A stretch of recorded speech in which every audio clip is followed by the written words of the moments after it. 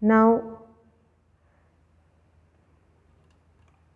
initially you have to adjust your VBB at 4 volts. You can take any 3 values. You have to do the practical for 3 values of VBB.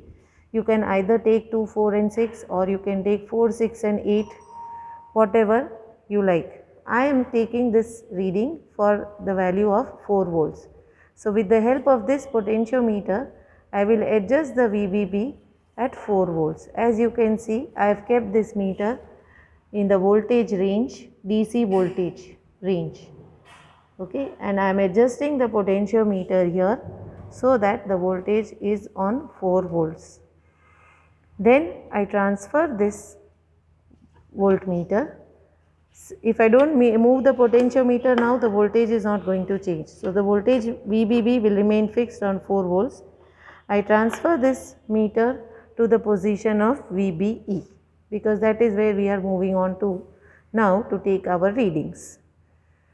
Here also another pot is given to you, a potentiometer here. As you can see, the voltage is very close to 0, the current is also 0. Now, you have to start increasing the voltage. So, as you will move this pot, the voltage VBE will increase. As you can see, it is 0.03, 0.18, 0.40. I am increasing the voltage, and you can see that the current is 0. The current is not increasing, it is only the voltage which is increasing. So, keep on increasing this. 1.070, 1.25, the current is still 0. 1.36, the current is still 0. 1.47, the current is still 0. 1.51, the current is still 0. 1.64, the current is still 0. 1.98, the current is still 0. 2.04, the current is still 0. 2.07, the current is still 0. 2.45, the current is still 0.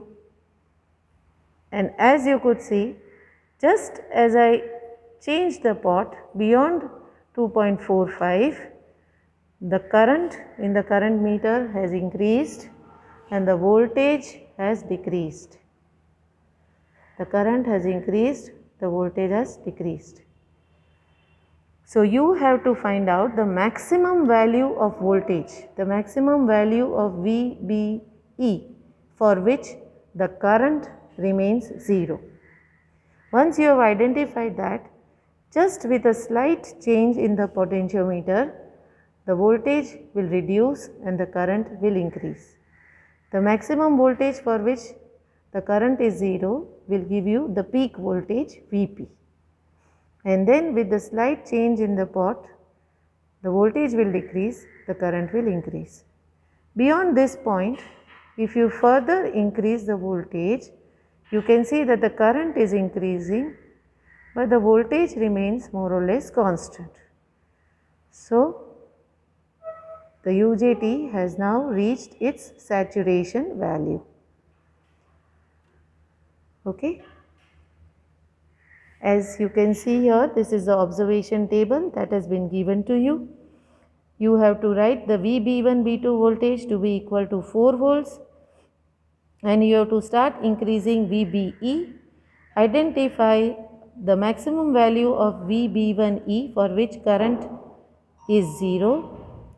Note down that value of VB1E, the last value of VB1E for which current was 0. Beyond that point, with the further change in the potentiometer, the VB1E will reduce, the current will increase. Keep increasing the current and at the same time note down the voltage VB1E. Repeat the experiment for other two values of VB1, B2.